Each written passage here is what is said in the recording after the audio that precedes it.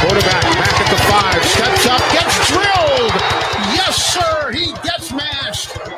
And that is going to be the ball game. 6, 5, 4, 3. They can't snap it. They can't stop it. They can't win it. Alabama wins the ball game. Derek Thomas, linebacker, Alabama. He was a nightmare for people that had to try to prepare for him because he had unique skills. Just go get the quarterback. I felt sorry for some of those poor tackles that came in and had to go against him because they didn't realize what they were getting themselves into. Hey, baby, let's go out there like a bunch of crazy dogs. Have some fun.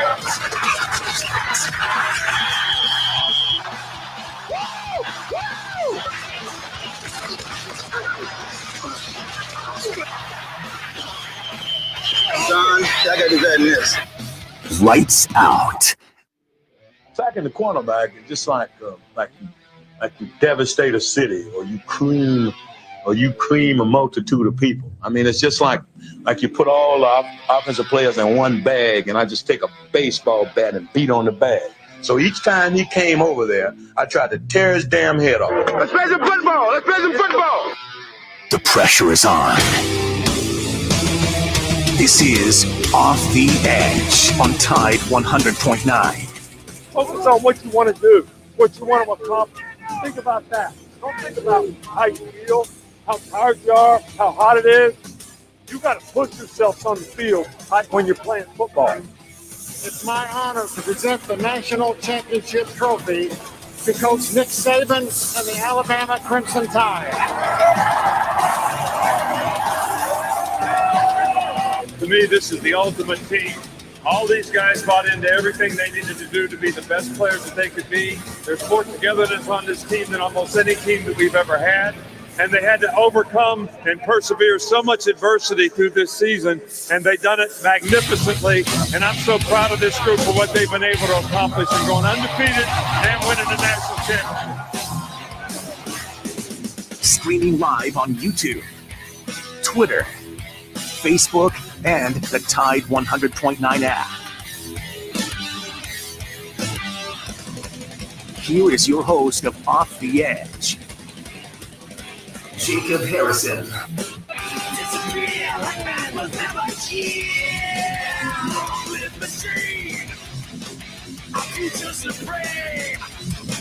Your man overthrown. Spit out the ball.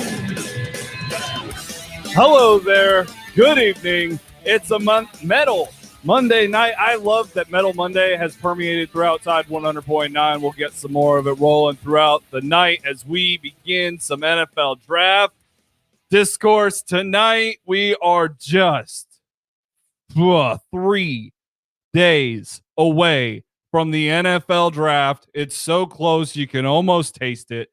And not going to lie, there are parts of this that taste like a fresh, medium rare filet mignon. And then there's other parts of this that taste like burnt crow. And we're going to dive into all of it. There's all this negativity in the NFL draft this year. And a lot of it surrounds the Alabama Crimson Tide. And it's a total shame. But we'll get into all of that tonight. We got AJ Spurr, the man who, really, if you ask me, revitalized WVUA FM. Nice. On the campus of the University of Alabama, still doing fabulous work there as well.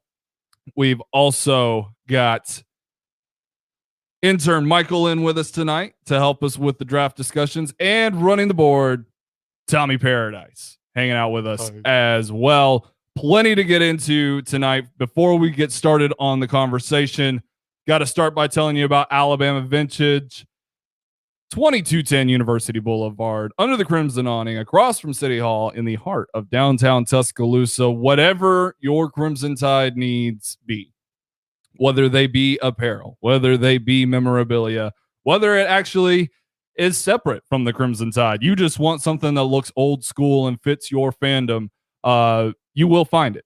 As Tommy is showing you right now, the Jeff Gordon hat, one of the many that he has purchased from Alabama Vintage, Charlie and the guys.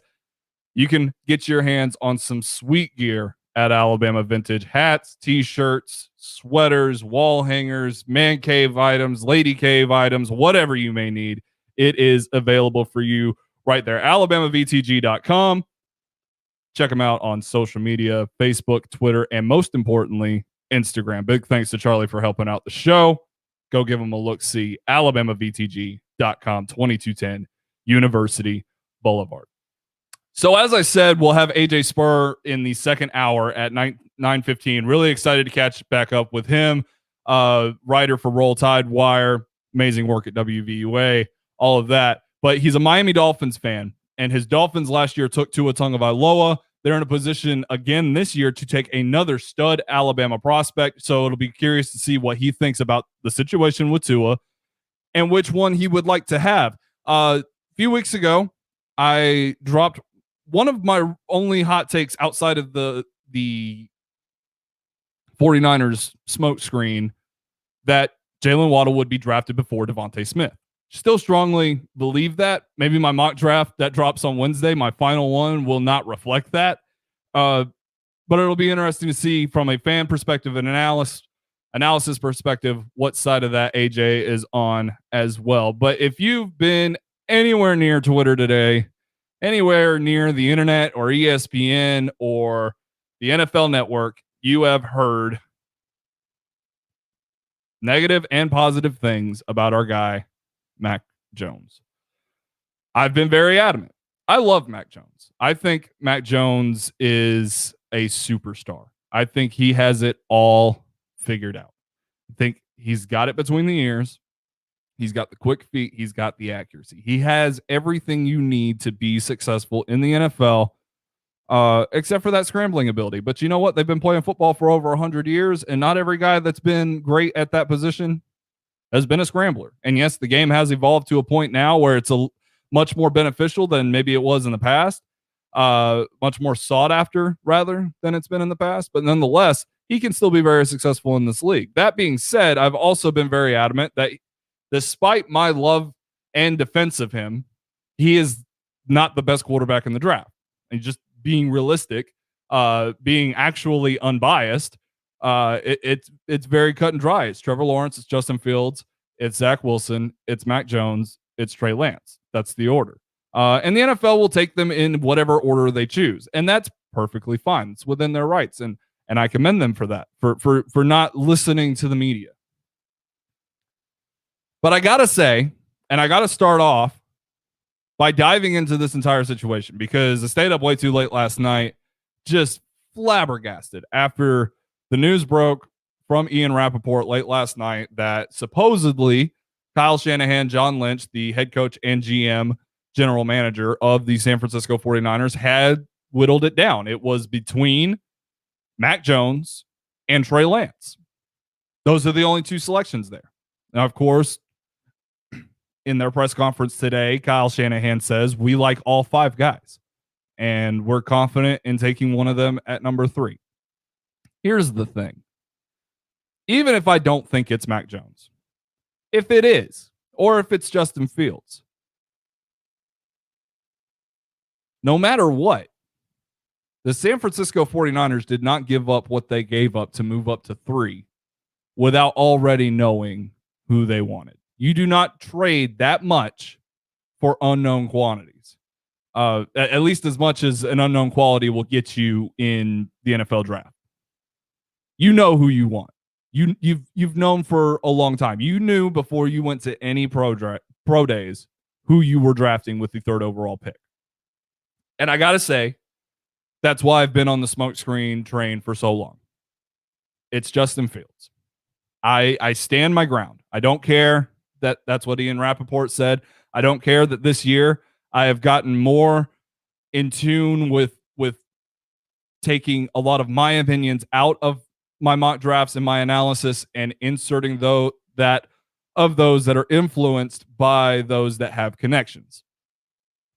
Your Daniel Jeremiah's, right? Your beat reporters that are prominent, that get up and know what they're talking about.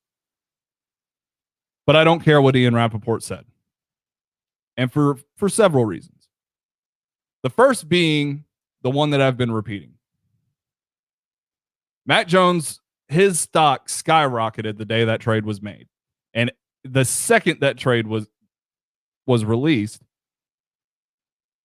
it was basically all but announced by Roger Goodell in Cleveland that the 49ers would select Mac Jones. And that's fun. That was fair. In the moment, I thought that was really great. Good for Mac Jones. Somebody did appreciate what he brings to the table, and he's going to get what he deserves, and that's to be a top pick in the NFL draft.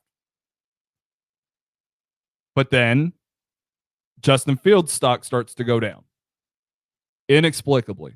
Somebody is behind this. Somebody wants Justin Fields, and somebody is destroying his stock on purpose so that they have a better shot at getting him. Because if the 49ers do take Mac Jones, somebody's got to trade up to go get Justin Fields, because he's not going 4, he's not going 5, and he's not going 6.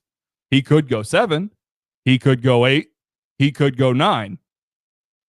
So you've got to trade up with one of those 3 teams that really, really like the position they're in because of the run on quarterbacks in the top 3. So good luck with that, first of all.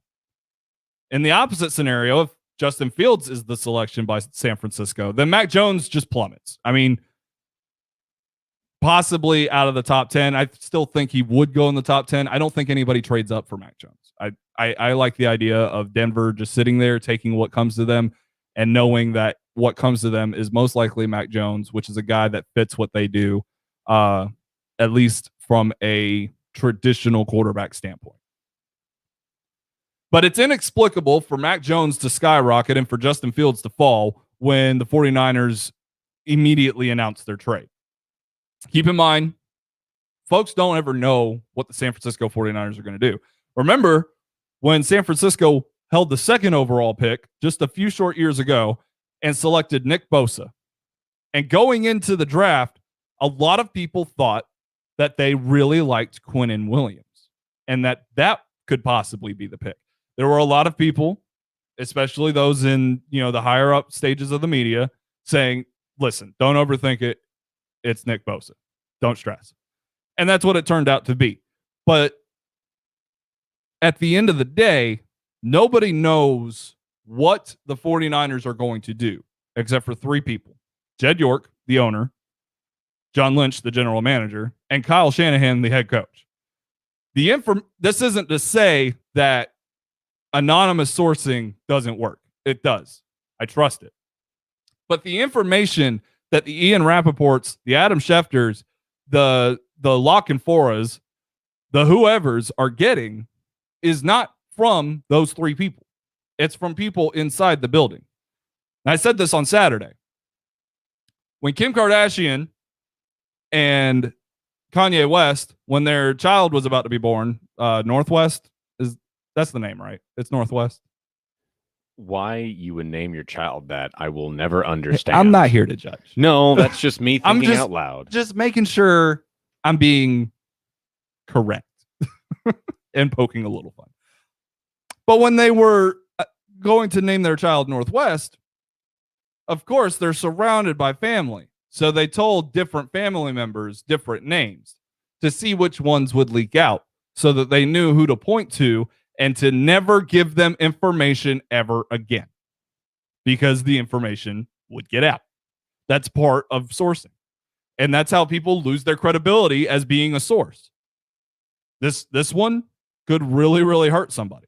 Now, of course, nobody is going to give information to Ian Rappaport, Adam Schefter, whoever, if they don't trust that they are correct.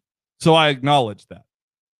But nonetheless, on the flip side of that, Mac Jones is not the guy for San Francisco.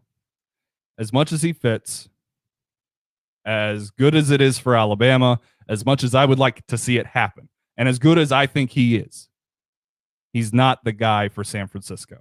Mac Jones is the guy for a team that is willing to put their quarterback out right now. Trey Lance is the guy that you're willing to sit for a little while. Justin Fields is the guy that you're ready to go win a Super Bowl with, I think. I know a lot of Alabama fans don't like Justin Fields. I know a lot of Alabama fans don't think that Justin Fields really has it in him to be great, and I understand why. I love Mac Jones. But there's a reason he's the scapegoat in this discussion in the NFL draft community. There's a reason that the NFL scouting community, as bitter as I am about that community because of the way that they've been so negative, the hate towards Mac Jones has not been justified. But there's a reason they feel that way. It's because you don't go in that direction these days. That's just the nature of it. I don't agree with it. I say go get your guy, no matter who he is, no matter what position he plays. You want your guy, you go get him. That much I agree with. I agree with San Francisco trading up from 12 and going and getting whoever it is they want. Because who knows? Even if they wanted Mac Jones, who knows if Mac Jones is still sitting there at 12? I don't think he will be. Even now, regardless of what the 49ers do. I don't think he's there at 12.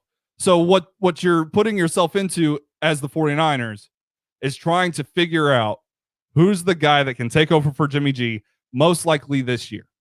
That comes down to two guys, and it's Mac Jones and it's Justin Fields. But Justin Fields is the guy that gives them that extra oomph that they need. I like Jimmy Garoppolo. I've said it to intern Michael's face, who doesn't like Jimmy Garoppolo, that in the one and only season Jimmy Garoppolo started and played in a full season, his team went to a Super Bowl. He was also a big reason they lost that Super Bowl. As much as I like them, it is what it is. Justin Fields completes that pass to Emmanuel Sanders. Justin Fields escapes sacks against the Kansas City Chiefs that destroy final attempts at overcoming that comeback. It is what it is. But that doesn't mean Mac Jones is bad. Just because Mac Jones isn't the guy at 3 for San Francisco does not mean he is bad. Because I can sit here and I can tell you why he is like Tom Brady. And you can roll your eyes. Oh, he's not Tom Brady. He's not going to win 6 Super Bowls in his career. Well, no duh. Nobody saw Tom Brady winning 6 Super Bowls in his career. He has 6, right? It's not 7. I'm not losing my mind. Michael? It's 7. It's 7. Jeez, that's so ridiculous. I could sit here and say why it's definitely that direction for Mac Jones. He's the next Tom Brady. I could sit here and tell you why he could be the next Jared Goff too. Because he shares a lot of similar traits with Jared Goff. And those are two polar opposite quarterbacks. They may have played each other in a Super Bowl, but those are two polar opposite quarterbacks, right? So you've got to take a chance on a guy that plays the position in a way that has been dying out, but that the greatest of all time plays the position like. It's funny because yesterday or the day before, someone posted a Sports Illustrated cover from 10 years ago promoting the NFL draft that season when the top 3 quarterbacks were Cam Newton, Jake Locker, and Blaine Gabbert. Now, only one of those quarterbacks has a Super Bowl ring. That would be Blaine Gabbert, who won his this season with the Tampa Bay Buccaneers. But only one of those quarterbacks actually played in a Super Bowl. The other two are widely considered busts. And although Jake Locker is no longer in the league, Blaine Gabbert is as a backup.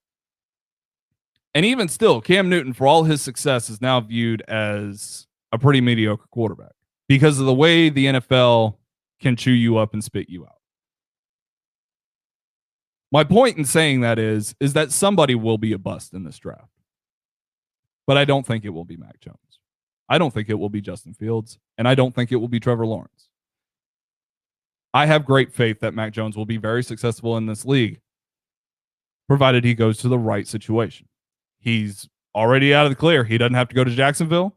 He doesn't have to go to New York and play with the Jets. He'd be in trouble if he had to go to the Lions. It'd be a tough road if he had to go to the Panthers or to the Broncos. I think the Broncos are probably the most likely a situation. And unless the Atlanta Falcons are doing some smoke screening of their own, they've said that they won't draft him through Steve White. I think that would be a great situation for him as well. But just because he's not the guy for number 3 does not mean that he is bad. And just because that's my opinion doesn't mean that those that think he is bad are just so terribly wrong. But the way you go about it is ridiculous. When I'm sitting here trying to say that Mac Jones can be good and that he is a first-round caliber quarterback for a reason, when years prior, we're all talking up Josh Rosen like he is the most pro-ready quarterback, when in fact he was the worst of the 5 quarterbacks taken in that draft, despite everyone and their mom doubting that Josh Allen could be what he is today. We have no frame of reference for success. There have been 47 quarterbacks drafted in the first round since 2005. 47. That's 15 years. Great quarterbacks play about that long, right? Well, guess what? There ain't 47 starting quarterbacks in the NFL. There aren't even 30 good ones. There probably aren't even 20 good ones. It's hard. The best quarterbacks in the league, in fact, today were not guys that the NFL trusted to be great. Yes, Kansas City did select Patrick Mahomes with the 10th overall pick. That's pretty high. And yes, Deshaun Watson went very high with the Houston Texans. But think past them. Russell Wilson. Of course, Tom Brady. Drew Brees before he retired. Ben Roethlisberger, who's still in the league past the other two and won Super Bowls. So did Eli.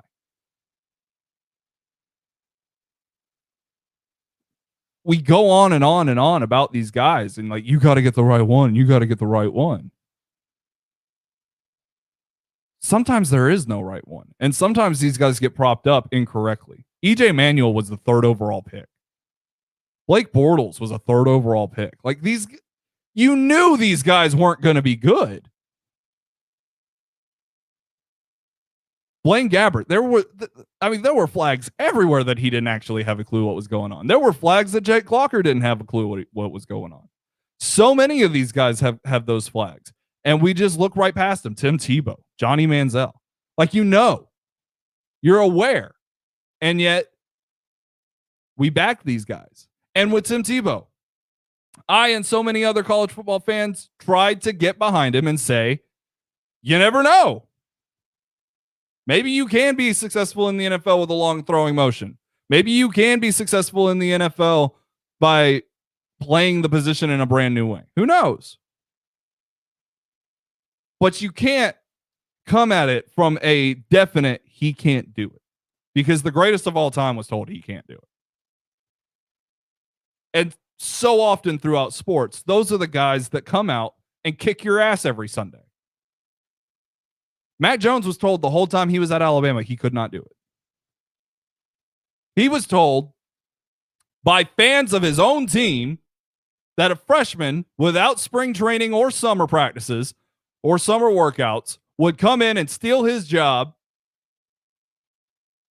and there wasn't a damn thing he could do about it.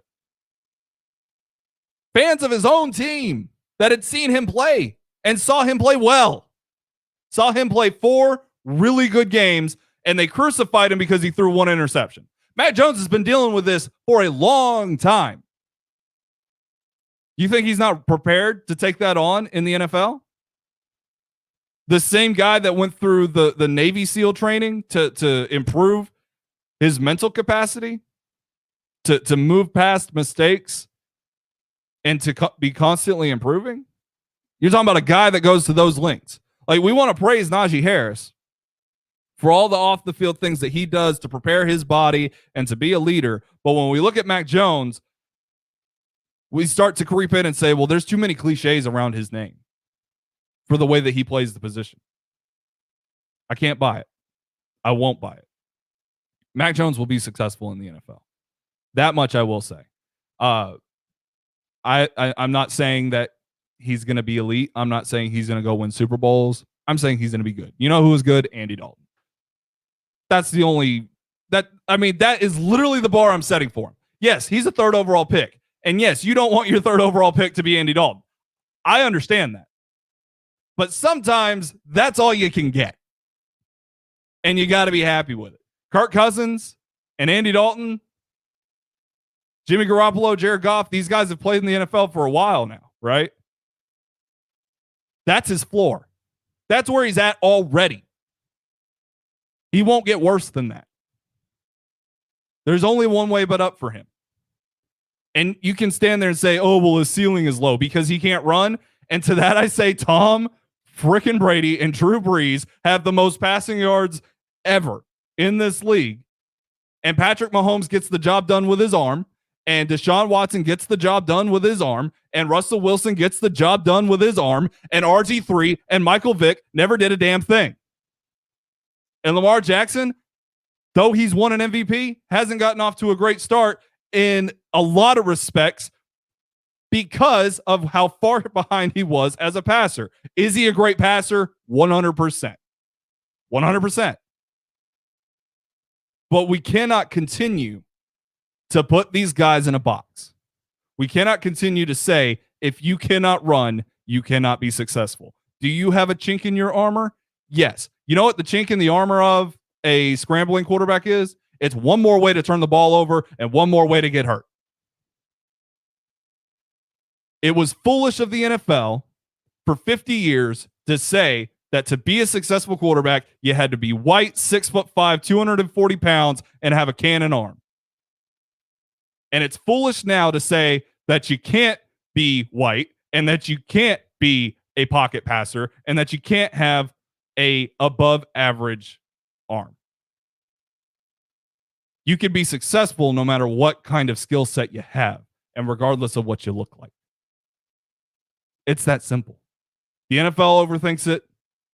Draft Twitter overthinks it. Give the guys a chance. We did not think that Josh Rosen and Sam Darnold would be the busts out of that draft class. We thought it was going to be Josh Allen and Lamar Jackson. And we were wrong collectively. We're going to be wrong about this class too, in some frame, form, or fashion. And there are going to be people that light up Trevor Lawrence and light up Zach Wilson the second they step on the field and fail, despite the chaos surrounding them. And there are going to be people that if Mac Jones goes to the 49er, that see his immediate success and say, oh, we were wrong. Oh, we were wrong. He really does have the goods, while ignoring the fact that the 49ers have a Super Bowl ready team. 2-3 years ago, the entire NFL was wrong, or the entire NFL draft community, I should say, was wrong about Dwayne Haskins and Daniel Jones. Daniel Jones stepped on the field and we said, oh, we were wrong. We owe him an apology for booing him and being so cynical of the Giants for taking their guy. You know what? You should always go take your guy. And Dwayne Haskins is barely in the NFL right now. I forget he plays for my own team. But Daniel Jones still hasn't turned it around. He still hasn't made believers out of everybody. He's got something to make him successful, but he still has to unlock it. And every quarterback has to go through that. Tom Brady was not the GOAT the second he stepped on the field. It took a few years. He led the Super Bowl drive. That was the first one against the Panthers. That was the Rams. The Rams were first. That first one against the Rams, that was the first real time that you saw Tom Brady be the Tom Brady he would become. And then it was kind of hidden a little bit until the Panthers won, where he did it again. And then Belichick handed him the reins. And then the rest is 14 years of misery for the rest of the NFL. I'm not saying that Mac Jones is Tom Brady. I'm saying you got to give him a chance to go out there and be Tom Brady. You got to give him a chance to go out there and be Jared Goff, if that's all he can be. But you can't peg Mac Jones as obviously Jared Goff, because Jared Goff was selected first overall by the Rams, and even Sean McVay didn't want him. You can't do that because every quarterback is different, even when they have similar skill sets. We're going to take a break. We'll be right back. Hey, if you want to join the show, you are always welcome. Join us in the chats. Join us by the phone line 205-342-9904. Would love to hear your thoughts on Mac Jones. We will continue to look at some of the other prospects in this draft. On the other side, I'm going to talk about Najee Harris and why him being a Pittsburgh Steeler is the peak timeline and not for my own selfish biased reasons. This is Off the Edge. I'm Jacob Harrison. We'll be right back here on Tide 100.9.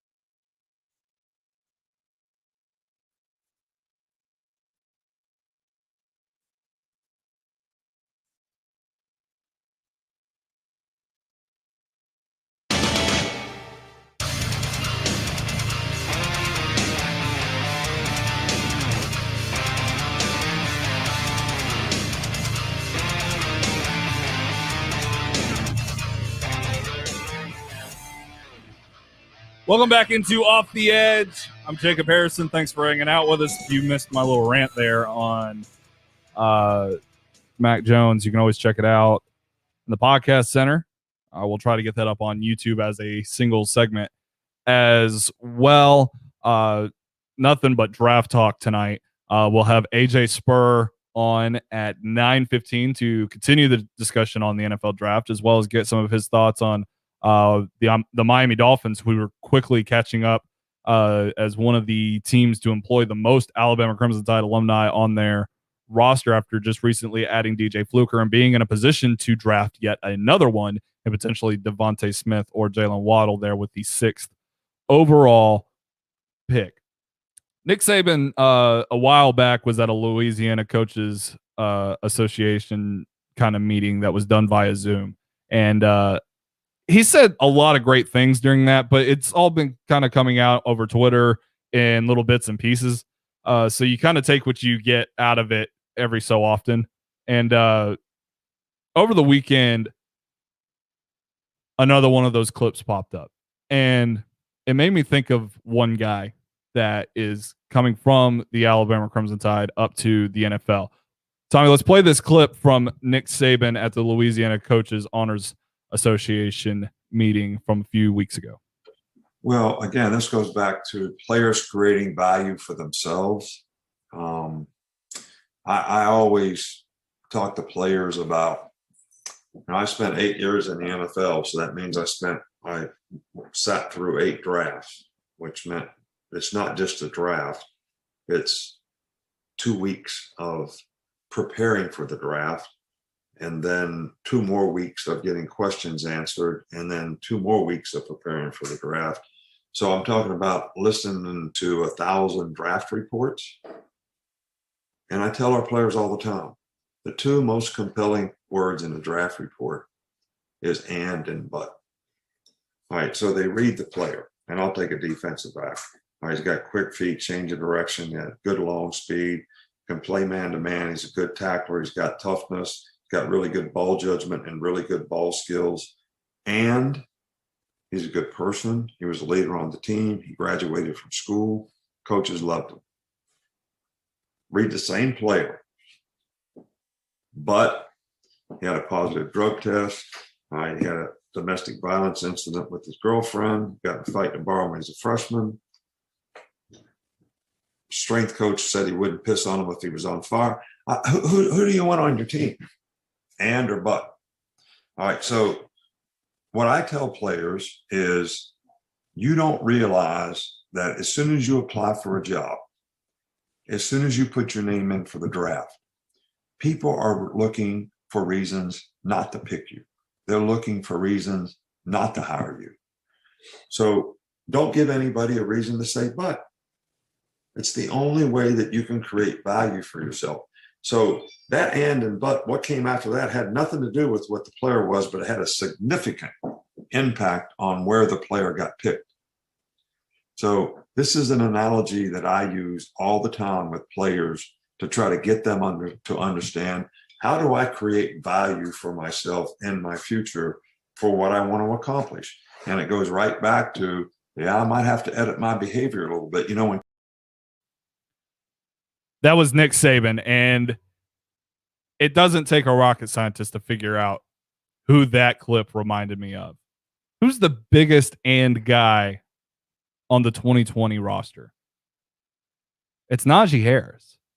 And listen, I know anytime I utter the words Najee Harris around this radio station, everybody chuckles a little bit inside because I want him to join my Pittsburgh Steelers so badly. And that's fair. But even all that aside, even if he doesn't go to my Pittsburgh Steelers at the 24th overall pick, or the Steelers trade up to go get him, or whatever, if there was ever a guy that has improved his stock tremendously over the course of a calendar year, it's Najee Harris. Because the fight for him to get out of being a 2nd round pick into a potential 1st round pick was monumental, because of the position he plays and the fact that he can't bust off 80-yard touchdowns, which there's nothing he can do about that.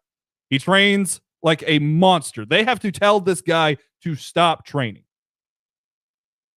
Nonetheless, he is in position to be the first running back taken off the board over a guy with a similar skill set and a smaller frame that can run a 4.40. That's ridiculous. And why is that? Well, it's not just because of his imposing size and the ridiculous agility that comes with it. It's also the fact that he's an and player. There are no buts. Not to pick on him, but with Christian Barmore, there's a lot of buts, right? Well, he might not take coaching that well. He doesn't always commit to his run fits, yada, yada, yada, right? With Najee Harris, there's nothing but ands. So the evaluation that Nick Saban gave that hypothetical corner, right? Well, how about for Najee?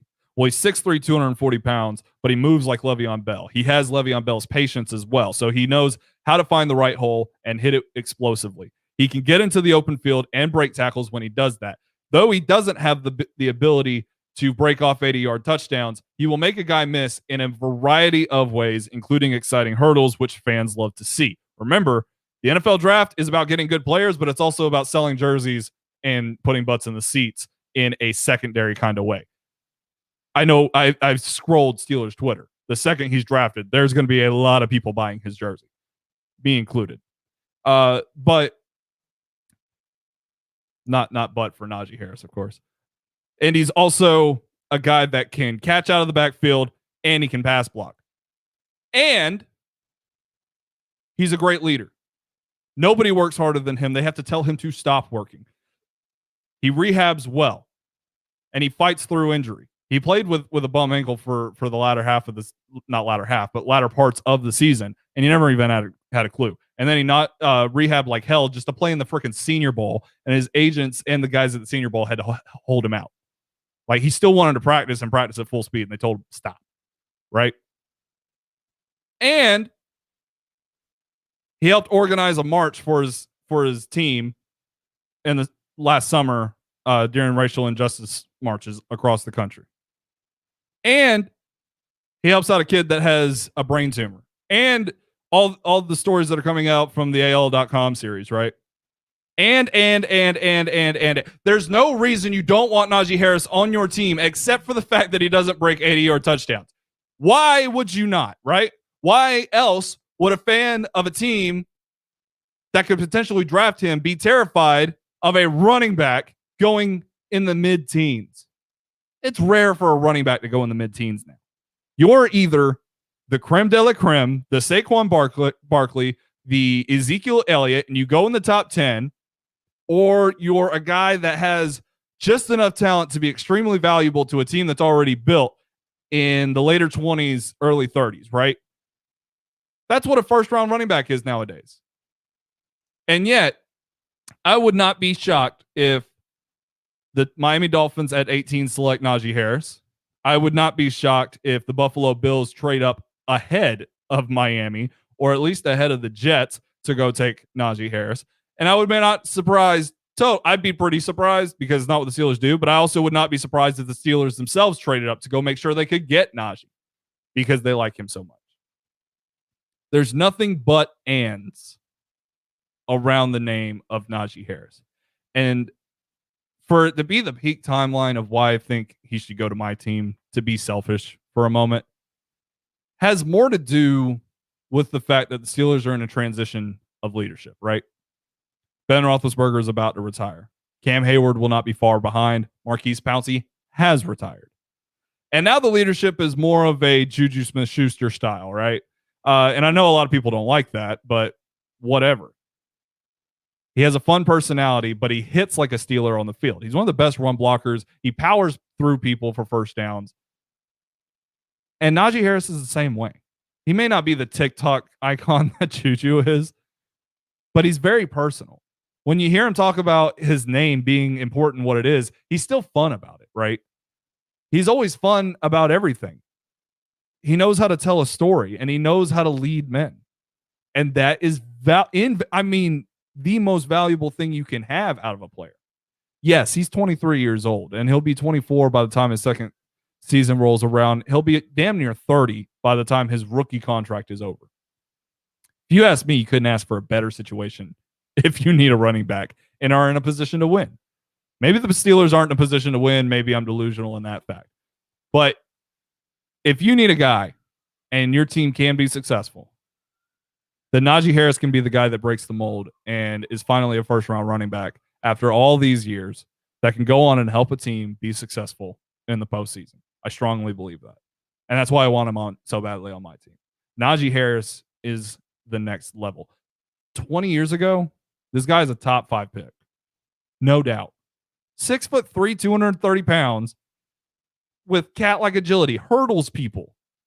Hurdles guys that are standing straight up on a regular basis. There's something special about the guy. I'm excited to see how he performs in the NFL, and I hope it's for my Steelers. You know, we'll come back. We'll continue the draft talk, especially that surrounding the wide receivers. But I've also got another clip from Ian Rappaport that I want to play, maybe in the next segment, maybe later in the show. We'll probably do it later in the show, but stick around for that. AJ Spurr at 9:15, so we're quickly approaching on that as well. We'll get intern Michael into the show talking about these wide receivers as well. We'll be right back here on Off the Edge, Tide 100.9. I'm Jacob Harrison, and this is your home for Alabama Crimson Tide sports.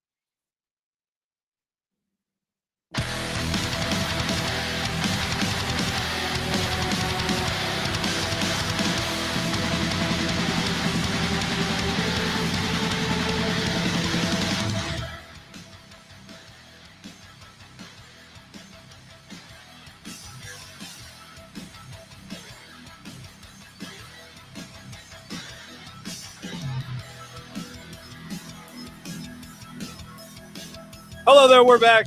for more Off the Edge. Going to talk some wide receivers in this segment.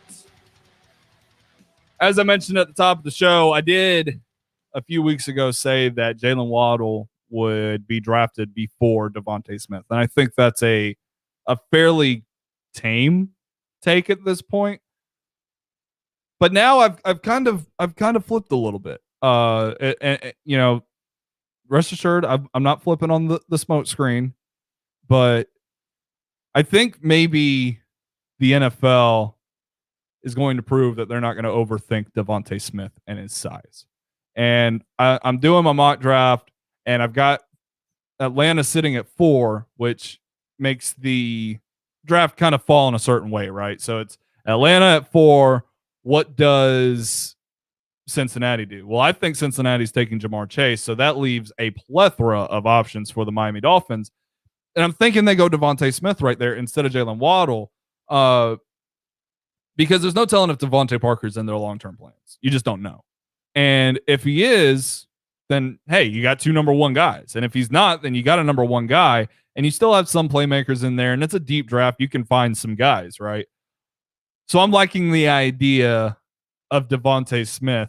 And I'm also not liking the idea that I used to have with your Patriots, Michael, and that's I don't think they're trading into the top 10 anymore. I don't think they're trading into the top 10 to go get one of these wide receivers or Justin Fields. I don't think they'll have an opportunity to if the Falcons stay at 4, refuse trades, take Kyle Pitts, and the draft unfolds in this manner. It leaves the Lions to take Penny Sewell, which they won't pass up, and then 8 and 9 are quarterbacks they're not going to trade out. So there's no way for the Patriots to move up. I actually think they'll end up moving back. And Bill Belichick will say, you thought you guys were figuring me out? You're wrong, guys. You're wrong. What do you think about that, Michael? Yeah. As much as it bums me out, it's probably more likely that they trade back than trade up.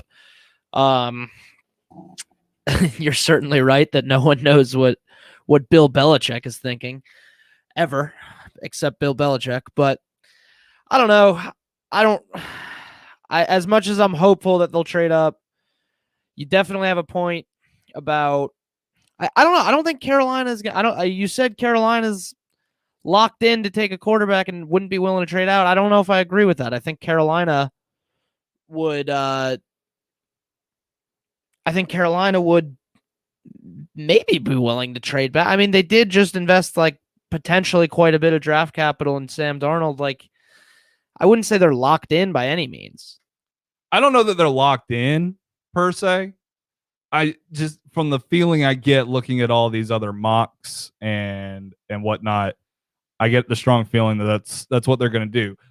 Matt Rule and their new GM, they're very aggressive guys, and they want to go get their quarterback of the future. They got Sam Darnold for peanuts. They are not committed to him. And they also, if they were really committed to him, they'd go ahead and grant him his 5th-year option. Or they'd say that they're going to do that after the season, after they see what he's like. No, all intents is what happens in the draft. Do they have the opportunity to take a quarterback? They're not evaluating Sam Darnold's 5th-year option until after the draft, not after the season. So they're not tied to him. They're only tied to Teddy Bridgewater via money, and they weren't impressed with what they got last year. So why go get an offensive lineman and say, well, maybe one of these 2 stopgaps will do it if Justin Fields is right there, or if Trey Lance is right there? What are you doing at that point, right? Or if Mac Jones is right there, you're fooling yourself at that point. Fair enough. You're probably right about that. The stopgap point is what got me there. But what's a bigger sin? Settling for a stopgap or trading up to the 3rd overall pick for Mac Jones? Depends if the stopgap can stay healthy or not, which Garoppolo couldn't. You've got 2 guys. Well, that's what I'm saying for the Panthers. You got 2 guys who have proven they can't stay healthy. Darnold, he's had some bad luck. He had mono and Chad. He doesn't have a lot of injury issues though. Bridgewater also some bad luck, more injury wise than anything. But neither of them have. I would say Garoppolo is definitely like a red flag injury-wise. Darnold, I wouldn't say necessarily is a red flag. I mean, obviously anyone can get hurt. Before we go to this break, I'm curious on your thoughts, Michael. Which wide receiver would you want? I mean, not solely for your Patriots, but just period. Between the two Alabama guys? Between the two Alabama guys, which guy would you want on your franchise, regardless of situation? And if you asked me right after the season, I would have said DeVonta for sure. Like no question about it, DeVonta. And as we've gotten farther into the process, I guess, and almost at the end of it, really, I mean, Waddle's kind of risen a little bit for me, and it's a little bit of a tough choice because I do think that Waddle can do a lot of things that really no one else in this draft can do. I don't know. I really like Kadarius Toney in addition Rondell Moore. Right? Yeah, fair. I mean, like, I think Waddle brings a certain balance between that like speed and a little bit. He's certainly more special. He can go up and get a ball too. It's not, we saw it the Iron Bowl last year. We saw that. I mean, he's not a one trick pony where I think Rondell Moore definitely is a one trick pony. But I mean, I really like Kadarius Toney. So for that reason, I'm going to say DeVonta, just because I think he's a bit more of a jack of all trades. All I'm saying with DeVonta is he's another one. I mean, everybody's got to go to the right situation, but his offensive coordinator has to be open to the idea of moving him around and using him to his strengths as far as getting him in motion at the snap, to get him away from press coverage. It's not that he's weak or that his size is such a detriment that you have to scheme around DeVonta Smith. It's not so much that. It's that he's a playmaker. So you have to make sure you get the ball in his hands. And that's what Steve Sarkisian did so well. And that's what going to a team like the Miami Dolphins would do very well for him. Or a team like the Bengals. Not that they're in a position to do that. Patriots? But, yeah, I mean, Josh McDaniels the kind of guy to make sure that his guys can do what they need to do. Try calling that to N'Keal Harry. But what you don't need to do is go to like the Lions. You don't need to go to the Lions where you've got Mr. Arrogant bite your face off Dan Campbell, who is going to say, no, you line up on the line of scrimmage and you beat the guy across from you. I don't care that he's bigger than you. You know what I'm saying? Like, that's not going to cut it. And that's not going to cut it with Jalen Waddle either. But I think, Smith is more of a number one wide receiver, whereas Waddle is a complement. And if you've already got that in place, then you can just have fun with him. And that's why I thought that his actual best fit would be the Los Angeles Rams, and why I think so strongly that the Cardinals are actually in the best play to move up and to go get him and to add him to their offense where they already have DeAndre Hopkins. Yeah, I think that's definitely an awesome point about the compliment. I mean, like, Waddle, obviously, you saw him do some awesome things on the field at Alabama, but he was never really the top option. There was no point in his career at Alabama that he was the top option. Obviously, we have an embarrassment of riches receiver-wise at the University of Alabama, but, the Cardinals, I agree, the Cardinals are the best spot for Jalen Waddle, where he can, first of all, not face the number one corner and have an absolute stud on the other side of him. I just think his stock has risen so much over the process that I don't think, unless the Cardinals traded up, I don't think he's not going to be there at 16. Pretty much no chance. But no if they wanted to trade up and get him, I think that would do ridiculous things for their offense. We're going to take our top of the hour break. When we come back, we'll revisit the Mac Jones conversation a little bit with some sound and video. If you're watching us with the streams on Mac Jones, we welcome your phone calls, 205-342-9904, and also strongly suggest that you join us in the comment section. Any questions about any of the Alabama Crimson Tide prospects, more than happy to answer them over the air as well. So leave your comments no matter what platform you're watching on, and give us a like, share, and follow whatever platform you're on, Facebook, Twitter, or YouTube. We greatly appreciate it. Again, the phone number 205-342-9904. More Mac Jones talk. AJ Spurr of Roll Tide Wire joins us at 9:15. We'll be right back for more Off the Edge right here on Tide 100.9, your home for Alabama Crimson Tide sports.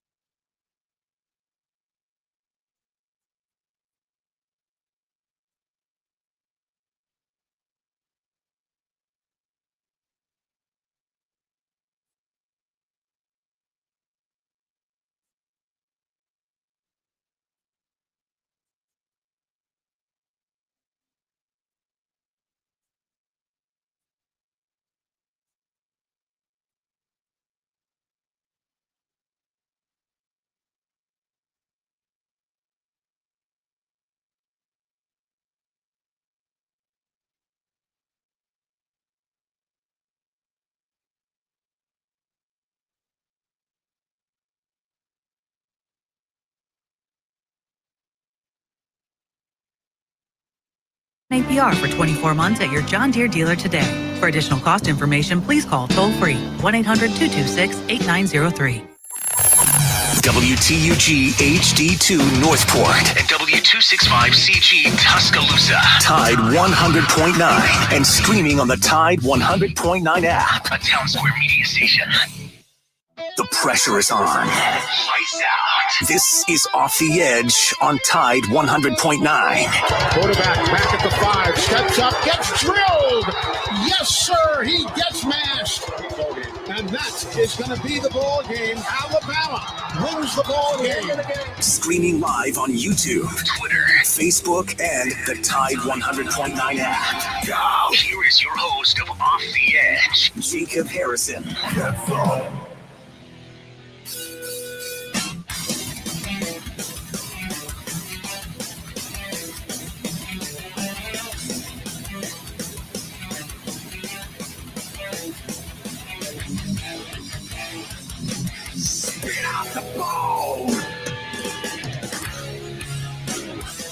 Welcome back into Off the Edge. This second hour, we're getting ready to turn it over, or at least welcome in AJ Spurr of Roll Tide Wire to continue the conversation on the NFL draft. Before we do that, I did want to go to this clip from Ian Rappaport concerning Mac Jones and his potential placement with the San Francisco 49ers. And on the other side of that, I want to talk about why, if that is the pick, why I'm glad to be wrong and why I think he can still be successful out in the Bay Area. Here's Ian Rappaport from earlier today. Yeah, my understanding of the 49ers situation is they have narrowed down their choice to 2. And obviously, as you mentioned, Trevor Lawrence goes 1, Zach Wilson goes 2. The 49ers are at right now either Alabama quarterback Mac Jones or North Dakota State quarterback Trey Lance, which means they are unlikely or certain not to take Justin Fields at number 3. So for the 49ers, what they've really done, guys, over the last couple weeks and last couple months is gather as much information as humanly possible on Mac Jones and on Trey Lance through every resource they can, from college coaches to private coaches to family members, everything. I don't know that they're still grinding tape or whatever. I think that part is probably done. But this is about getting all of the other information they can. I would also add, Andrew, the 49ers are not going to make this public until number 3, which means they are not going to tell either party that they are the pick. So this mystery will probably last for at least another 4 days or so. So what's interesting about that is Ian speculating about when the work is done and how much work is done and when the decision will be made. Listen, you've got the 3rd overall pick and you traded a mortgage to get there. You already knew. But if they already knew it was Mac Jones, if it's not a smokescreen, if whoever leaked that information from the headquarters in San Francisco is right, first of all, I'm going to be happy. I'm gonna laugh. I'll be wrong. I'll be wrong. My mock draft on Wednesday will say 3rd overall, Justin Fields. I will be wrong.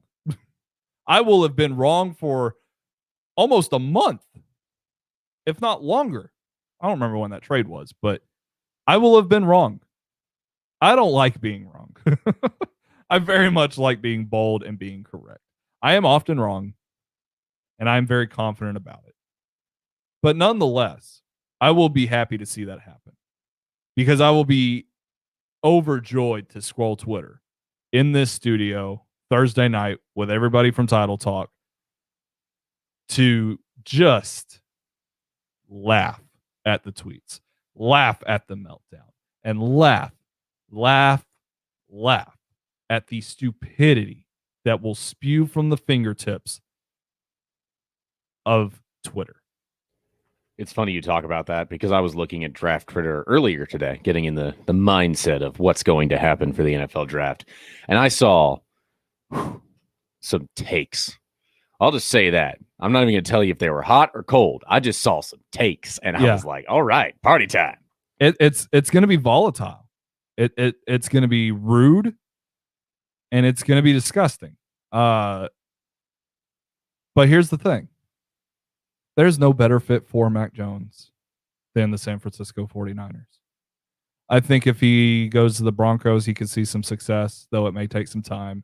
If he went to the Patriots, he'd be in the best situation that is west of California or east of California, geography, whatever.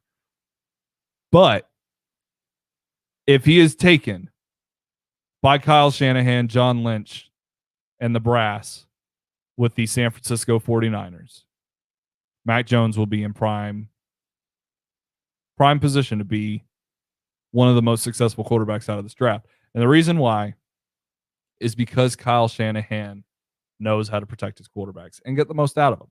Yes, he missed out on Patrick Mahomes and Deshaun Watson. A lot of teams did. Yes, he fumbled the bag in 2 Super Bowls. He got there. We don't acknowledge how difficult it is to get there and how difficult it is to win those games, but he got there. And yes, he saw great things from CJ Beathard and the kid from Southern Miss, whose name just blanked on me, because they're both bad. And he thought there was going to be great things out of them. And he was wrong. He could be wrong about Mac Jones, but here's the thing. He's going to use his strengths.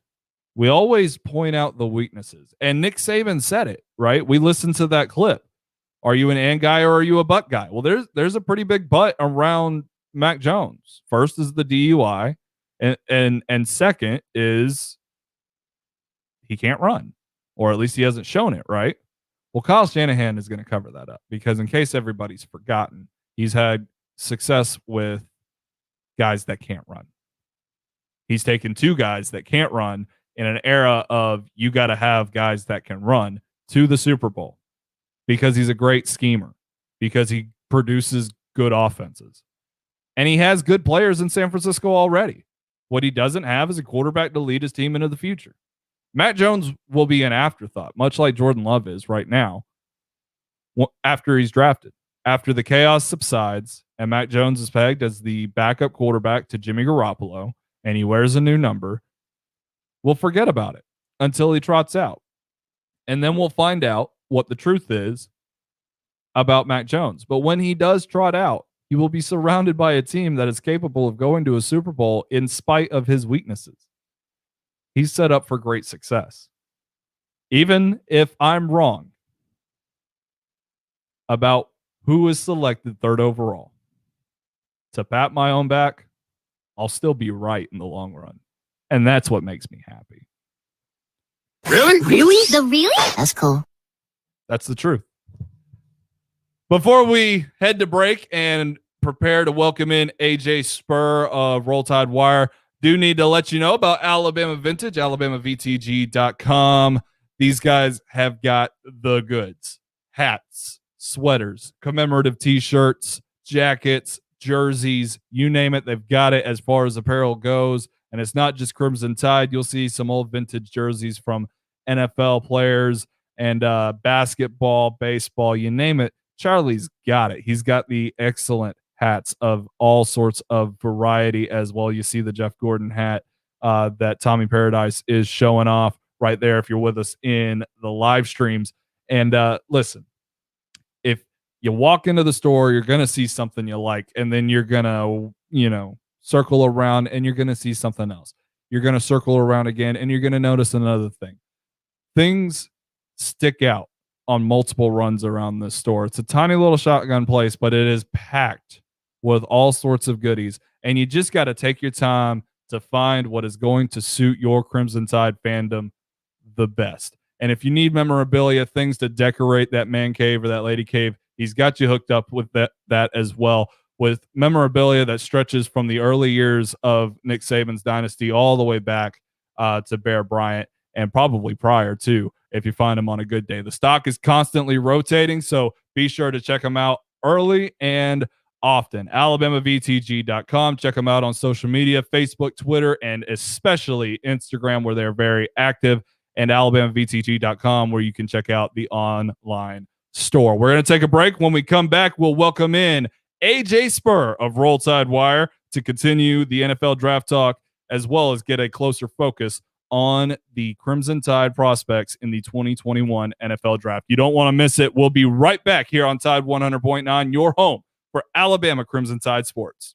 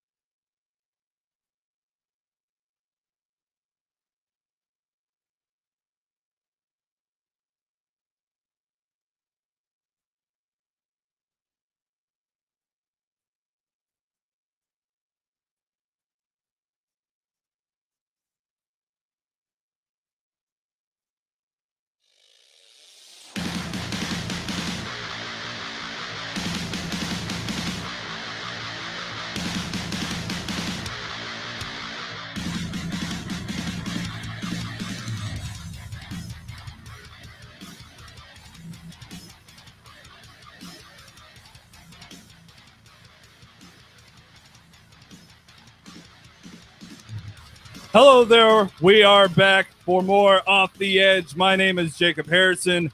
Thank you for joining us on a beautiful Monday night. Joining us on the streams as well, Facebook, Twitter, and YouTube, as well as the Tide 100.9 app. We are about to welcome in AJ Spurr of Roll Tide Wire. He also helps out with WVUA FM on the campus of the University of Alabama as well. He's getting set to graduate, but he's still hyped about the NFL draft and how his Dolphins can surround Tua Tagovailoa. AJ, man, welcome back into the show. How are you doing, man?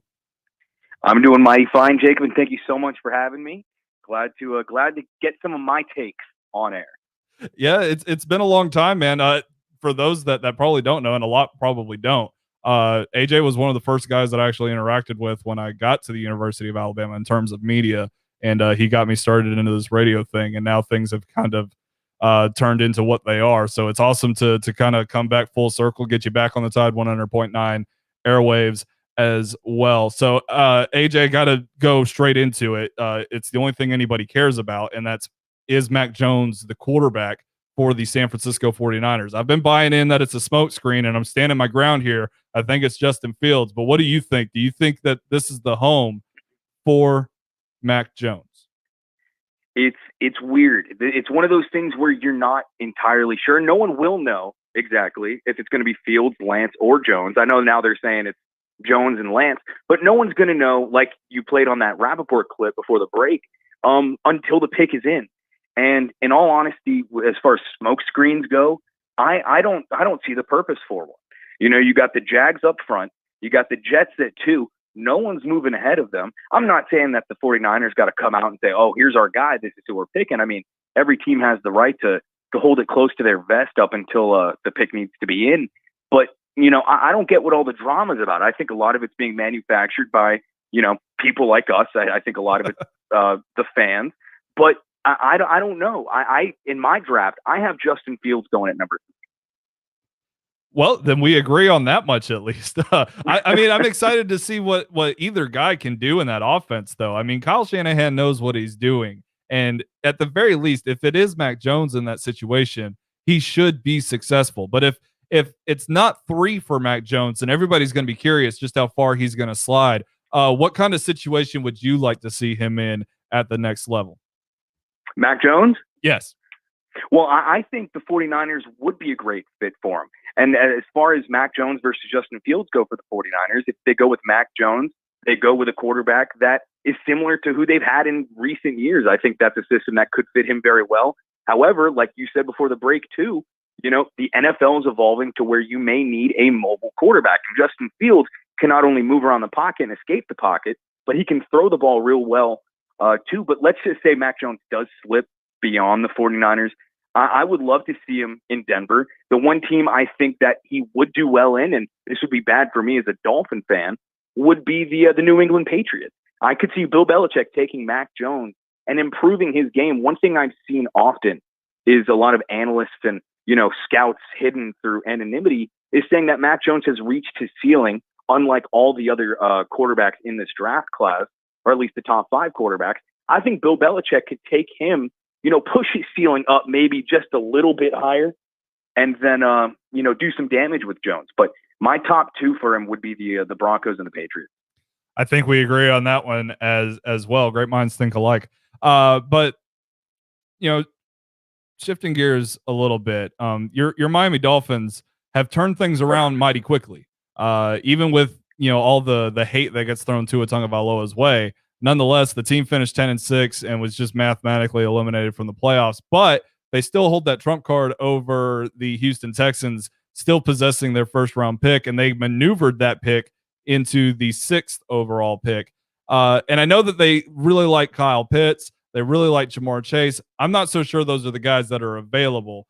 So when it comes to these Alabama Crimson Tide wide receivers, one could potentially be on your favorite team, you know, throwing or getting their passes thrown from Tua Tagovailoa, a familiar face. What's your stance on where the Dolphins are, what their options are, especially as it pertains to these Alabama wide receivers? Well, it's clear from the Dolphins front office's moves this offseason, they want to help Tua. You know, he's getting a lot of hate this offseason, which if we want to open that can of worms, I can go on and on for the remainder of your show here. But I think you're right in the sense that there's going to be at least one Alabama receiver available, if not both, for the Dolphins at pick number 6. I could see them going the Kyle Pitts route. That would be a little different for the Dolphins. They have Mike Gesicki right now, who's, you know, done extremely well with Tua Tagovailoa as their quarterback.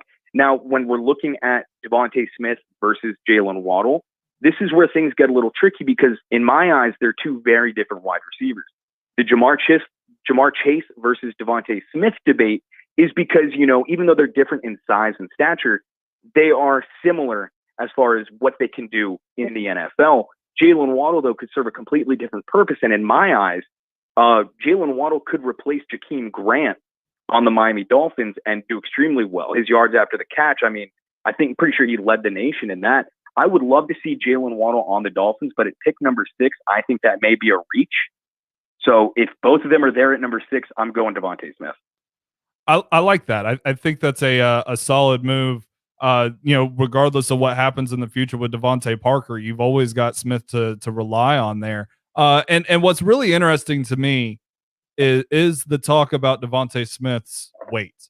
And I don't know about you. I know that we're slightly biased here when it comes to Devontae Smith. I mean, the dude did just win a Heisman and broke every record known to man as far as SEC wide receivers go. But he is 166 pounds. That can be a little bit worrisome if you just leave him on the line of scrimmage. Where are you at though with the way the NFL is handling this? Do you think it's the NFL is outsmarting itself with his size and stature and kind of ignoring the fact that Chase didn't even play football last year? Or do you think this is all just, another one of those smoke screens just to get teams to think about something negative about a player just for a second longer? I would say it's a smoke screen, but along with that, I would say this is an overreaction from mainly fans. To me, it doesn't make a difference how much you weigh. I mean, there's nothing in Devontae Smith's film that show me, hey, if he had 15, 20 more pounds on him, he'd be doing a little bit better. I mean, like you said, he won the Heisman. He's leaving college as the most decorated collegiate wide receiver to ever play the game. Sure, would you like to see him a little bit bigger? Why not? But, he doesn't need to come out looking like DK Metcalf. I don't see what all the issue is here. And Devontae Smith, as long as he keeps doing what he does and doesn't get bullied on the line of scrimmage or while running routes, I don't have an issue with it. And one of the things that I point back to a lot with Smith is it's not like he didn't get hit sticked in the SEC. Like, he took some routes across the middle and got blown up a lot in 4 years. And he always got up, except for one time he landed awkwardly on his back late in the season this past year. And then he took a weird hit from a linebacker. The kid's pretty durable, wouldn't you say? Like I said, I don't see what the issue is. There's nothing I've seen in his film. Granted, I've watched a ton of film after the season ended and every single second of his live play during the season. And there's nothing that shows me, hey, this kid is just, people are acting like he's a bag of bones out there on the field. He can take hits. He can get up from a bad hit. He can avoid hits. There's nothing he can't do, and there's nothing he's going to be able to do better, in my eyes, should he put on a little bit of weight. So I don't see what all the hubbub is. Yeah. A guy that doesn't have to worry about his weight is the 6'3", 230-pound Najee Harris. Now, that I want him, and I want him bad in Pittsburgh. But nonetheless, earlier in the show we played the clip from Nick Saban about ands and butts, and there isn't a guy that has more ands around his names, and literally just the one but is that he doesn't have breakaway speed, which you never know. I mean, continuous training, maybe he develops it at some point and is able to get away with angles or whatnot in the NFL. But nonetheless, the guy, he's got some goods. But when it comes to that off the field leadership, that I feel like that's what's propelling him and sustaining him as a first round option for teams, despite never running that 40-yard dash. The one trump that Travis Etienne has over Najee Harris. When it comes to Najee Harris, what are the things that come to mind for you that are going to play positively with his advancement into the NFL? Well, first of all, he looks like an NFL running back, just straight off the bat. He looks like a guy that you could put anywhere in the league and he'll do well. He's a leader off the field, like you said. He seemed to be a team favorite. I mean, as far as the media is concerned, we all love him. He's a character on the podium when he's doing press conferences. And what he makes up for in, not being insanely fast like Travis Etienne or not having that breakaway speed. Right as you said that, I thought back to the 2019 South Carolina game. And I don't know if you know what play I'm about to talk about, but he took a short pass to the house. He hurdled one guy. He pushed two to the ground. Sure, our defender's going to catch up to him. Okay. But what does he do when those defenders get there? Should he develop breakaway speed? Najee Harris is going to be the most dangerous player in the NFL, undoubtedly. But for now, the tape that we have on him now and the characteristics that he has now on the field, there's no issues to be had as far as I'm concerned. Yeah, and I think that's something that a lot of people overlook with Najee is that he does have that pass catching ability. He had 11 receiving touchdowns at Alabama, I think, including that famous one against South Carolina that I think a lot of people forgot simply because of the possibly more spectacular one on a bigger stage against Notre Dame. I mean, kid's got it all. A lot of times the NFL is overthinking this value thing, or at least fans are. And that's, we'll touch on fans in a little bit. But a guy that has a lot of boom bust potential is Christian Barmore. I love him as a pass rusher. I love his tenacity. But he's the guy that has the butt around him, like Nick Saban would say. You worry about his run fits and you worry about his coachability from the way that folks talk about him. What do you see in Christian Barmore? He gets a lot of that talk about possibly being overdrafted, top 15, mid 20s, and possibly also falling out of the first round because of the lack of depth in this defensive tackle class. What do you think about Christian Barmore at the next level? Well, it's weird to hear Christian Barmore's name be one of those where you question, is he going to be a first round pick? And in my mock draft, I think I had him going to the Buccaneers, 32 overall. But preseason, because I watch mock drafts 24/7. I'm already looking at 2023 mock drafts where Bryce Young's going number 6 overall. But Barmore was one of those that was legitimately in top 5 contention for this draft. Granted, there were a few others that were in top 5 but dropped due to opting out. But Barmore is the only one that I've noticed where he was top 5 potential. The season went on and he kept dropping and dropping and dropping. And his numbers weren't great, 37 total tackles, 8 sacks, and 3 pass deflections. But he also had 3 forced fumbles.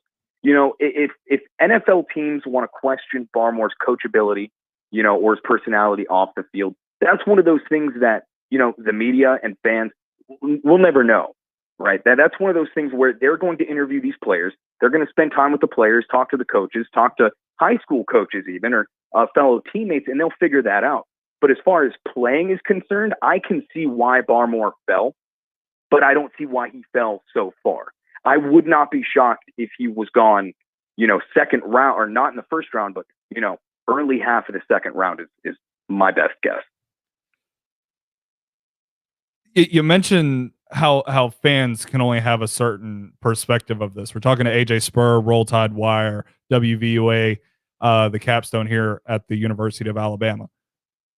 When it comes to fans, and I'll ask you about Surtain after this. I'm not ignoring him. But when it comes to fans and the way that they soak in the draft, so much of it is purely speculation. But when it comes to the things that they don't know, sometimes it can be a little bit frustrating with the way that they kind of interpret how good guys can be. We see it with Mac Jones this year. We've seen it with Tua Tagovailoa.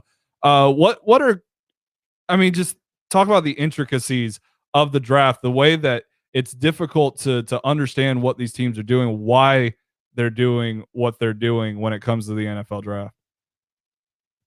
Well, one thing I've started to realize when it comes to fans breaking down, in-depth analysis of what NFL teams are thinking or what they may do is, whether someone's a big college football fan or not, there are players that they prefer to have on their team come NFL draft time, and then there are players they obviously do not want. And a lot of this may be swayed by, media talk or their friends, family, other people that, along with them are going to be watching the draft.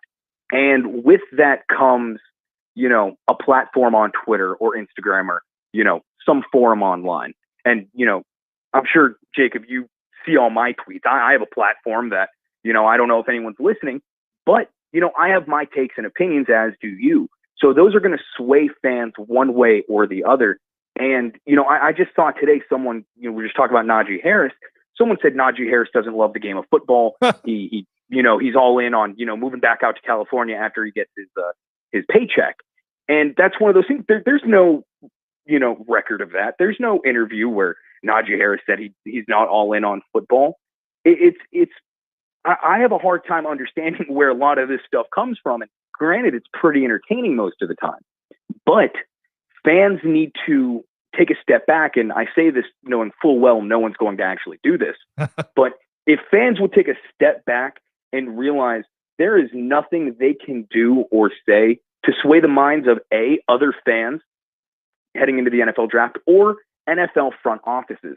I think it was the 49ers front office today came out and said, There is nothing being said by the media or fans that is going to sway our decision. We're blocking all that out. We're going to make the decision we feel is best for our franchise.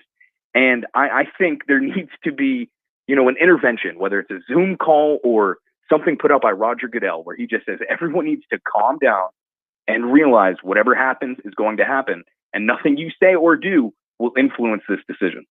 And even still, the unknowns that come with the draft. I look back. I remember being upset that the Steelers took Ryan Shazier over C.J. Mosley for obvious reasons. And I remember being upset about Terrell Edmonds. But I also remember being elated about taking Jarvis Jones from Georgia. Like, you can mix this up so harshly. It's difficult to see how these guys are going to pan out, especially very early on with guys like Tua and now with Mac. It's frustrating when you try to take in the information from the guys that have the connections, the Daniel Jeremiahs, the Ian Rappaports, the Adam Schefters, and then you kind of see fans just kind of twist that, or even in yourself, you kind of twist these things into being what you want them to be, and you set yourself up for disappointment, probably like I have with Najee Harris. Well, I can tell you with the Dolphins at 18, just prepare to be disappointed, Jacob. Pain. Just unimaginable pain. So let me ask you about 18 then. Is that really the impression you get from the Dolphins at 18? Is it to get more offensive weapons to help out on the offensive line, to replace Kyle Van Noy with an edge rusher? What's the vibe there for the Dolphins at 18? Well, let me take a step back, take off my media hat, and put on my Jay Ajayi Dolphins jersey that I still have for some reason. Oh, wow. Impressive. I would love to see Najee at 18 for the Dolphins. I think the Dolphins have literally not had a solid running back that they've had consistently for a few seasons since Jay Ajayi, or even since Kenyon Drake, who was off and on with the Dolphins during his time in Miami. There are so many mock drafts that have at least 5 or 6 different players. I've seen Jeremiah Owusu-Koramoah, the linebacker from Notre Dame. I've seen Kwity Paye, Dolphins. I've seen, the Dolphins trade completely out of the first round. There's so many different options right now, but I would like to see Najee, mainly because if they can get a solid pass catcher, I'm not going to specify with wide receiver here because, Kyle Pitts is possibly on the table for the Dolphins. They can really round out this offense through the draft. And if they want to help Tua Tagovailoa, and Dolphins GM Chris Greer came out recently and said their number one goal is to help Tua Tagovailoa in season number 2, then they need to take Najee, or at least, keep an option on the table to get Travis Etienne or Javonte Williams from UNC, because they can solve the defensive side through later picks. Keep in mind the Dolphins still have 2 second-round picks, and they're also studs in free agency. The Dolphins front office recently, and this is still, I'm getting used to it, but they're really, really good in free agency. So my pick would be Najee, solve everything else in later rounds, but let me go ahead and buy that Najee Harris jersey. Man, I really want one of my own. Like, you're really sending me down a path here. I've been trying to just ignore the fact that the Dolphins could potentially do that at 18. It's too early for a running back. 6 picks later, it's just perfect, right? So I said I wouldn't skip over Patrick Surtain, so let's go with him. He could potentially be the first defensive player taken in this draft, but he could also fall out of the top 10. That would be the latest a defensive player has been taken in a draft since Champ Bailey back in 99 as the 7th overall pick. But when it comes to Patrick Surtain, what sets him apart from J.C. Horn, and what sets him apart from guys like Micah Parsons that are challenging him to be that first defensive player? Why is he so special, and why should he be in the NFC East with the Cowboys or the Eagles? Well, let me put it this way. He started 3 years at Alabama. I think those few words I just said right there are enough of a reason for Surtain to be the first defensive player or cornerback taken in this NFL draft. But just seeing what he's done in the secondary for Alabama against an SEC that's rapidly evolved into an offensive first conference, that to me speaks, numbers. Now, we also look at the games Patrick Surtain has played in. I'm not going to do math here because it's not my strong suit, but how many SEC championships has he played in? National championships. It's crunch time. It's time to be clutch. And Surtain, sometimes isn't the most clutch, but how many opportunities has the other guys had? How many has J.C. Horn had to play in those kinds of games? And I think Surtain, a majority of the time, shows up and does that well. And I think he's also been an amazing leader for this Alabama secondary that has been recently full of extremely young guys. Yeah, I can't help but agree with that. At some point, having success in college football has to mean something. I remember looking back on some 90s drafts where guys, the most winningest quarterbacks, from like those Nebraska teams would never get drafted very highly. And it almost seemed like success in college football didn't translate to the NFL. And now it's kind of turned into more success in college now leads to more opportunity in the NFL. Well, that's an interesting point because one of the things I posted yesterday on Twitter was about how, what was it? Somebody had said Mac Jones was playing with NFL caliber players. And then you flip the coin and someone says, well, Jalen Waddle's not that good. DeVonta Smith isn't that good. Yes. And I think the same goes here on the defensive side of the ball with Surtain. He's played against that 2019 LSU squad with Joe Burrow, Justin Jefferson, Jamar Chase, and all those guys. You look at who Surtain has been matched up against, not only within the SEC, but outside the SEC in those playoff games and also at practice. Remember, he's played against Jerry Jeudy. He's played against Henry Ruggs, Jalen Waddle, DeVonta Smith, John Mechie. The list goes on and on and on. And I think that needs to be taken into account here and not seen as a hit against Surtain and all the other Alabama players for that matter. Talking to AJ Spurr, Roll Tide Wire, WVUA FM, the capstone here at the University of Alabama. One more question for you because I love the guy and I defend him to my dying breath, and that's your quarterback Tua Tagovailoa. He has been through the ringer, but all I saw last year was a guy that was doing the absolute best he could in a very weird situation where the Dolphins were in positions to win games without a lot of talent around him and a very young offensive line. What are the things that fans need to see in Tua, and what's that next step for the Dolphins as they kind of overtake the Washington football team for Alabama South? Well, one thing I want to throw out there is last season, the 2020 NFL season was seen as the Miami Dolphins' final year under their rebuild. They came into the season not expecting to do well. They did miss the playoffs with a 10-6 record, which to this day irks me. But with 14 teams. Exactly. As the season went on and the Dolphins got better, because I think as a Dolphins fan, I'm going to say this to Jacob, you can correct me if I'm wrong. I think the Dolphins are good. All right, there, I said it. I put it out there. Absolutely. But because of that, Tua didn't put up the numbers of a quarterback on a good team, quote unquote. So people were a little upset or disappointed, especially with all the hype he had heading into the NFL draft. I saw a graphic recently that pit his first 9 games, because Tua only started 9 games last year. I think a lot of people forget that as well. His first 9 games compared to Josh Allen of the Bills, Cam Newton of the Patriots, and this was before the Sam Darnold trade, but Sam Darnold. And he had better numbers than them by a long shot. Not a single one of those other 3 quarterbacks were nearly as good as Tua was in their first 9 games. Does that mean much? Probably not. But, is it really deserving of all that hate? And in my opinion, it's a big, fat no. As far as what the Dolphins need to do next year to help, like I said, they need to get him a pass catcher.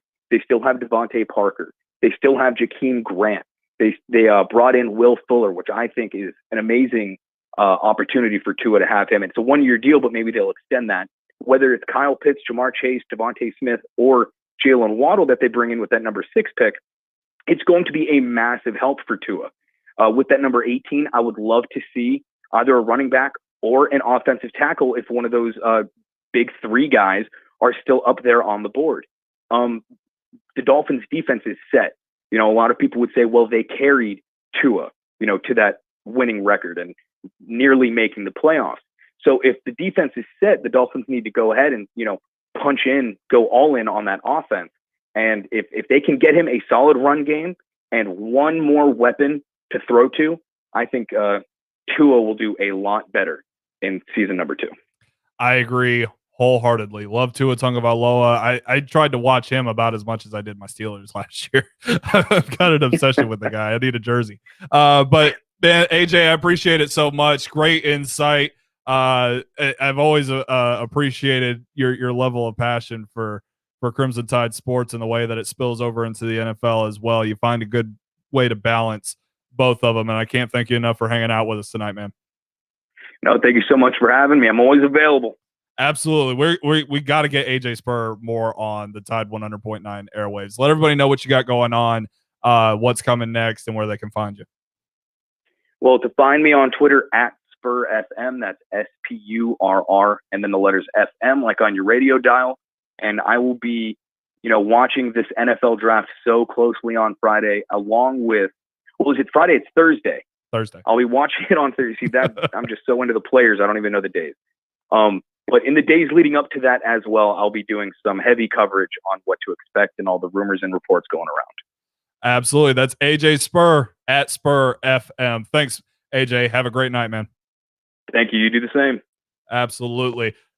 Incredible discussion with AJ Spurr. We'll get that up on the podcasts and try to get it on YouTube as well. I'm Jacob Harrison. This is Off the Edge. We're going to take a break. We'll come back, close her down, and get ready for the 2021 NFL Draft. This is Tide 100.9, your home for Alabama Crimson Tide sports.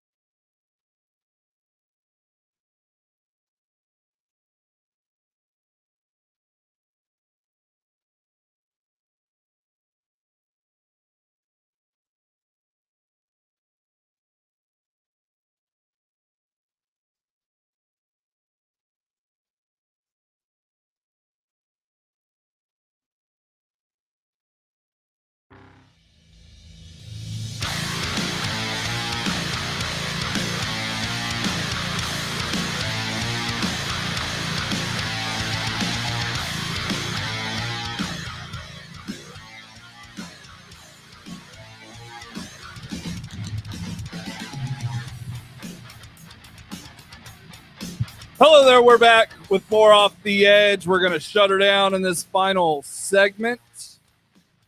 Big thanks to AJ Spurr for hanging out with us for a good minute to talk about the NFL draft and catch up with what's going on with Tua Tagovailoa and the Miami Dolphins, which, by the end of the draft could very well overtake the Washington football team and a couple other teams that are tied for the most Crimson Tide players on one roster in the NFL. It's very exciting to see. Excited to see where Tua Tagovailoa takes his next steps. Dude's got all the potential in the world. He's got what it takes to be an elite quarterback in the NFL. He needs a chance. And, when he was going through the draft process, it was the same thing as Mac Jones. Oh, he's surrounded by all this talent. Well, guess what, numbnuts? Every quarterback has to be surrounded by talent. It's the nature of the game. It's a team sport. It's shocking, right? Like, even with Tom Brady and Peyton Manning making a career out of creating success out of no-name wide receivers, those guys still had a little bit of talent to get the job done, right? So I don't know. Seems pretty simple, cut and dry to me, but Tua is certainly going to walk out of this draft with some weapons. It'll be exciting to see. But as far as the 2021 NFL draft goes, we've got exciting things brewing here at Tide 100.9. But before we get to them, and before we explain exactly what we're doing, and if you listen to Title Talk at all, you kind of already know. I do want to ask Tommy, because it's the last chance I'll have before the Falcons are on the clock. What do you want Atlanta to do with that 4th overall pick? The problem here is that Atlanta is a wild card. They have now become the absolute wild card. We used to talk a lot about how the Jets are a wild card. At this point, I think it's confirmed they're going with Zach Wilson. Yes. I don't see anything different. Kyle Pitts just seems to be there. If they go Kyle Pitts, I won't be upset. I think another offensive weapon is nice. And with how Arthur Smith says he wants to be more unpredictable, that's going to be perfect. Now, if they go defense, I think that'll be a great call too. But remember, there's a lot of smoke screens here. And if Patrick Surtain somehow ends up in a Falcons uniform, I'm not going to complain. Right. But once again, the person who holds all the cards is GM Terry, and I can't say his last name. I'm not going to butcher it because I respect the man too much. He came from New Orleans to go to Atlanta. Arthur Smith and Uncle Arthur Blank, who I love. I know there's a lot of people like, no, I love Arthur Blank. If it goes Kyle Pitts, that's cool. What was funny, and I was talking about how I was reading draft Twitter earlier, is someone said, take Jamar Chase. And I was like, what are you doing? What, only if the 49ers take Kyle Pitts. I was about to say, if you're going to go this crazy, then okay, we're just going to throw everything out the window. I almost laughed out loud. It was ridiculous. If Atlanta goes Kyle Pitts, I won't be mad. I think it's a great selection. I mean, a tight end who can do everything is perfect. With Hayden Hurst and Kyle Pitts, that gives me tingles. Yeah, I like the fit with Kyle Pitts in Atlanta. You saying Patrick Surtain, and I kind of gave you that look like, well, they're not going to do that. I am surprised, honestly, very surprised that Surtain doesn't get more talk in being in that spot. He's probably the best defender in the class, and it makes sense. But I think we're at that point though where it feels like the Falcons will not trade back, which is bad news for the Patriots, bad news for a lot of teams. Here's the thing, though. I was talking to Michael earlier, and he may get a gold pick at 15. I honestly think if DeVonta keeps sliding and he's right there, I'm punching Michael like, I hope New England picks DeVonta. Like, for your sake, because he's right there and Edelman just retired. Shoop. Yeah. Behold, it's another person that's just like Edelman. Also, by the way, he was wearing an Edelman sweatshirt at A-Day. I mean, the storyline is writing itself here. He also wore a New York Yankees hat. Okay, so. That's fine, but I'm saying this for Michael, okay? I'm trying to speak this into existence for him. We can coexist as Patriots and Falcons fans in this room. I just want it to happen for him. As long as we don't say three specific numbers. Exactly. As long as DeVonta is there, and it's just like the perfect apple to pick from the tree. I'm not saying it's going to happen, but if DeVonta keeps sliding, how can you say no, Bill Belichick? I'm being serious. Well, you say, how can you say no? What would be very interesting is the fact that 14 teams ahead of the Patriots said no. On Thursday night, starting at 6, will be Title Talk, and they'll preview the draft a little bit. I'll either join them at 6 or at 7. depends on King Ludeman and what he wants to do. But we will have a draft spectacular right here on Tide 100.9. All of our staff is welcome to join us. Quite a bit of it will join us to celebrate, enjoy, and watch the NFL draft. See where our Crimson Tide stars wind up. So I encourage you to hang out with us. The show will be live streamed just as Title Talk always is, and will be on from 6 until the Tampa Bay Bucks pick. And James Ludeman rants about it, praises about it, cries about it, whatever he's got to do to get past that Tampa Bay Buccaneers 32nd overall pick, provided they take it. You know, they could trade out, and then that would make for some great entertainment here on Tide 100.9. Join us then. Got exciting things coming up. I'll be doing a podcast with a Steelers friend, so be on the lookout for that when I retweet it out. My mock draft will drop on Wednesday, and until then, there will be more draft coverage over at Tide109.com. Thank you for joining us in the streams. Thanks to AJ Spurr, Alabama Vintage. Like, share, and subscribe. The streams, Facebook, Twitter, YouTube, at Off the Edge 109. My name is Jacob Harrison. It's been a pleasure being with you on this Monday night. And until next Friday, roll Tide.